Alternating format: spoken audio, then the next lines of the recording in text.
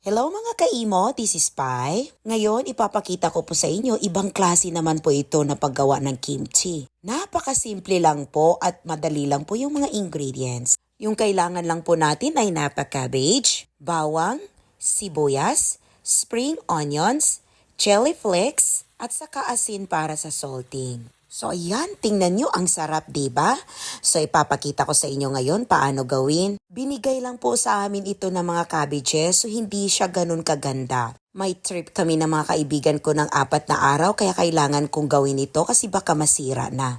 Ganito lang po yung paghiwa ng cabbages natin para mas maganda. Natutunan ko na recipe ito doon sa simbahan namin kaya isi-share ko sa inyo. Sobrang dali lang talaga nito. Hindi na natin kailangan ng glutinous rice powder at hindi na rin tayo magmi-mixer. So maganda ito para doon sa walang mga mixer, makagawa rin kayo ng ganito kasimple na kimchi pero masarap na. Sino sa inyo yung mahilig gumawa ng kimchi? Alam ko marami dito sa inyo na gusto at paborito yung kimchi. Kung napansin nyo, tinanggal ko na yung nasa ibabaw kasi maliliit yon, tapos yung sa ilalim na lang yung hiniwa ko. Ayan, ganito lang po kadali, tapos kailangan natin itong lagyan ng asin. Again, sinasabi ko sa inyo, importante talaga yung salting para mas masarap yung kimchi. At saka importante din na masarap yung cabbage. So dito sa Korea, yung autumn at saka winter na cabbages nila yung masarap. Naglagay ako ng 1/2 na cup na asin. Ito yung malalaking asin nila dito sa Korea. Or kahit yung ordinary na asin nyo lang, kung anong mayroon kayo, okay na rin yon. Pero mas masarap kapag yung mga malalaking asin yung gagamitin. Pagkatapos ay nilagyan ko ng 6 cups ng tubig. Mas okay din na tunawin nyo na yung asin doon sa tubig bago nyo ilagay. So ibabad ko yon ng mga nasa 2 hanggang 3 oras. Naghiwa na ako ng spring onions. Ito lang yung spring onions namin kaya konti lang yung ilagay ko. Naghiwa na rin ako ng mga 10 piraso ng bawang. Again, hindi na natin kailangan itong i-mixer. Pagkatapos nito ay kailangan kong baliktarin yung binabad na cabbage para yung sa ibabaw ay mababad din ng asin. So every 30 minutes. Ito lang naman yung matrabaho yung pagbabad ng asin at hugasan natin ito mamaya. Pero yung ibang mga ingredients ang dali-dali lang. Habang naghihintay, naghiwa na muna rin ako ng sibuyas. 1 piraso lang po yung kailangan natin dito. Pagkatapos hiwain ko yung sibuyas, makalipas yung ilang minutos, kailangan kong baliktarin yung cabbage. So after 2 hours, ayan, huhugasan ko na. Hinugasan ko ito ng maigi mga 3 beses po. Pagkatapos hugasan, kailangan nating i-drain. And then, hinanda ko na yung ibang ingredients. So na yung bawang natin na dinikdik ko kanina. And then, nilagay ko na yung 1/2 na cup ng chili flakes. Naglagay ako ng 1 kutsara ng brown sugar kasi wala kaming white sugar. Wala akong anchovy sauce, yung pinakita ko sa inyo dati,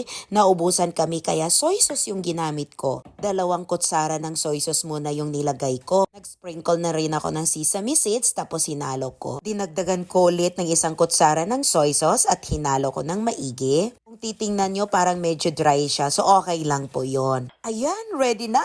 I-mix na natin ito. Haluin natin ito ng maigi. Nilagay ko na yung sibuyas at saka spring onions. And then, ready na ito para haluin. Gumamit lang muna ako ng gloves para hindi madumihan yung kamay natin. Pero alam nyo, yung ibang mga Koreans dito, lalo na yung mga matatanda, kinakamay na nila, hindi na kailangan mag-gloves. Mas masarap daw yon. Yung tawag nila dito ay sonmat. Ibig sabihin nun, lasang kamay. Kung sa atin may tinatawag tayong luto ng nanay natin, ganun din sa kanila dito.